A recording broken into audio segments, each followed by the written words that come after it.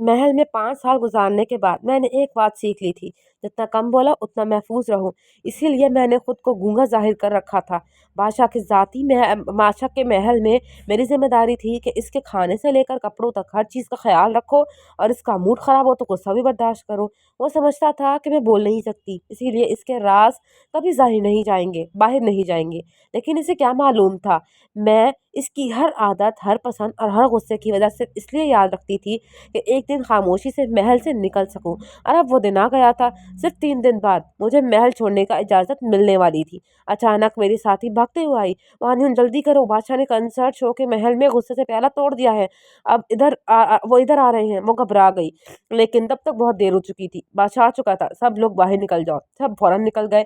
वो मैं भी खामोशी से जाने वाली थी, मगर पीछे से आवाज आई, वांग युन, क्या मैंने तुम्हें जाने को कहा?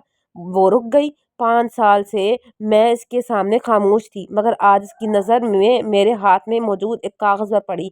इस पर लिखा था, उम्मीद है मुझे एक अच्छा शौहर मिलेगा। बादशाह ने इसे उठाया और सख्त लहजे में कहा, महल से निकलने से पहले इसे ही अपने मुस्तकबिल के मंसूबा बना लिया है। मैंने कोई जवाब नहीं दिया। वो तंजिया अंदाज में हंसा, सिर्फ 3 दिन बाकी है ना, शायद तुम इसी दिन का इंतजार कर रही हो।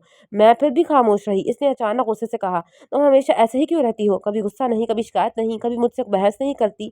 फिर वो कुछ देर तक खामोश रहा, और पहली बार इसकी आवाज़ में गुस्से के बजाय दुख था। 5 साल से तुम मेरा बिस्तर तैयार कर रही हो, मैंने तो कोई हाथ नहीं लगाया, और आज तुमने मुझसे पहली बार कुछ मांगा है, महल से जाने की इजाज़त।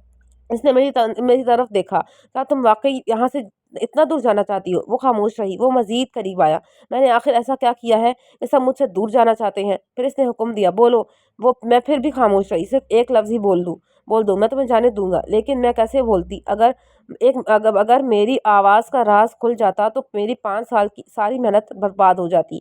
इसी वक्त दरवाजे पर शोर हुआ। कंसर्ट शो अंदर दाखिल होने की कोशिश कर रही थी। महाराजा के सामने जाने दें। बादशाह गुस्से से पलटा, बाहर निकलो। कंसर्ट शो के बाहर भेज दिया गया। रात को मेरी साथी ने मुझे तसल्ली देते हुए कहा, वानियन बस 2-3 दिन, और तुमने 5 साल बहुत कुछ बर्दाश्त किया है। अब घर जा सकोगी। मगर महल में किसी को मालूम नहीं था कि मैं असल में कौन हूँ। लोग आपस में बातें करते थे। अगर वो वाकई गूंगी है तो बादशाह की जाती महल में कैसे काम कर रही है? दूसरी लड़की ने हैरत से कहा, तुम्हें इसकी कहानी नहीं मालूम? वांग युन, दरअसल वो असल में एक रईस की बेटी है, जिसे खानदानी दुश्मनी की वजह से महल भेज दिया गया था। बाद में कंसर्ट शो ने इसे जबरदस्ती ऐसी दवा पिलाई जिसके बाद वो बोल नहीं सकती थी। वीडियो पसंद आई है तो लाइक कर दे, कमेंट कर दे, शेयर कर दे, सब्सक्राइब कर दे। बाय।